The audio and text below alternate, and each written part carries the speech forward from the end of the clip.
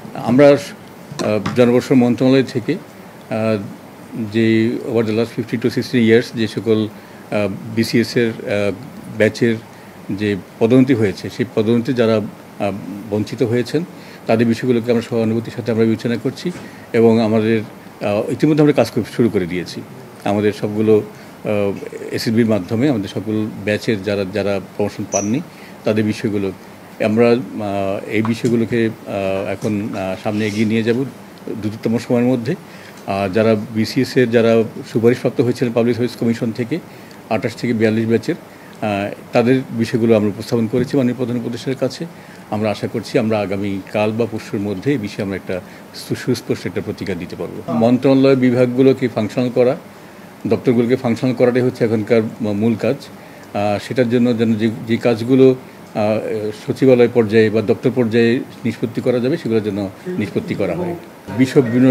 বিশ্ব পর্যায়গত সংস্থা WTO অথবা ফুড অ্যান্ড এগ্রিকালচার অর্গানাইজেশন বা বৈশ্বিক পর্যায়ে যে সকল সংস্থাগুলো আছে যেখানে নিয়মিত মিটিং হয় এবং যেখানে বাংলাদেশ সরকারের যে প্রতিনিধিত্ব করার বিষয় আছে সেগুলো অব্যাহত থাকবে এবং সেগুলোতে আমাদের প্রতিনিধিরা অংশগ্রহণ করবে এই বিষয়ে একটা নির্দেশনা দিয়ে দিয়েছেন। আর এছাড়া অন্যান্য বিষয়গুলো আছে যেগুলো আমাদের তাৎক্ষণিকভাবে 7 দিনের ভিত্তিতে জরুরি ভিত্তিতে আমাদের সিদ্ধান্ত গ্রহণ করবো। যেগুলো বিষয়ে মন্ত্রণালয় পর্যায়ে সিদ্ধান্ত গ্রহণ করা যাবে না সেগুলো তার কাছে আমাদের সিদ্ধান্তগুলো আমরা চাইব।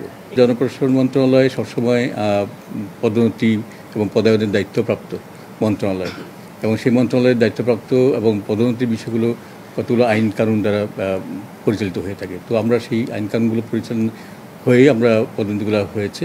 সো আমরা মনে করছি যে এর মধ্যে যে সকল যদি ভুলভ্রান্তি হয়ে থাকে তাহলে সেগুলোকে আমরা এখন এখানে প্রতিকার একটা বিষয় আছে সেটা প্রতিকার দেওয়া সম্ভব হবে।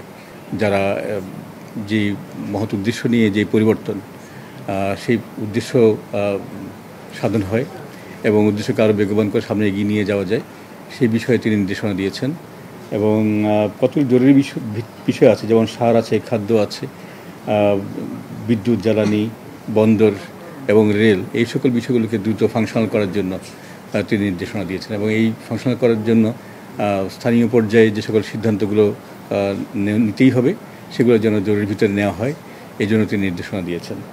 আরেকটা বিষয় হচ্ছে তিনি তারুণ্যের শক্তির উপরে আলোকপাত করেছেন এবং সেখানে বলেছেন যে তারুণ্যের শক্তির মাধ্যমে যে পরিবর্তনটা আসছে এর মাধ্যমে একটা সুযোগ তৈরি হয়েছে। তো আমরা যেন এই সুযোগটাকে কাজে লাগাই এবং আমরা সকল মন্ত্রণালয় বিভাগকে আমরা যেভাবে আমরা কাজ করছিলাম তার চেয়েও ভালোভাবে যেন আমাদের ফাংশনাল করতে হবে, ভালোভাবে যেন আমাদেরকে প্রতিটা মন্ত্রণালয় বিভাগের কাজগুলোকে যেন আমরা বাস্তবায়ন করতে পারি এই বিষয়ে তিনি সরাসরি নির্দেশনা দিয়েছেন।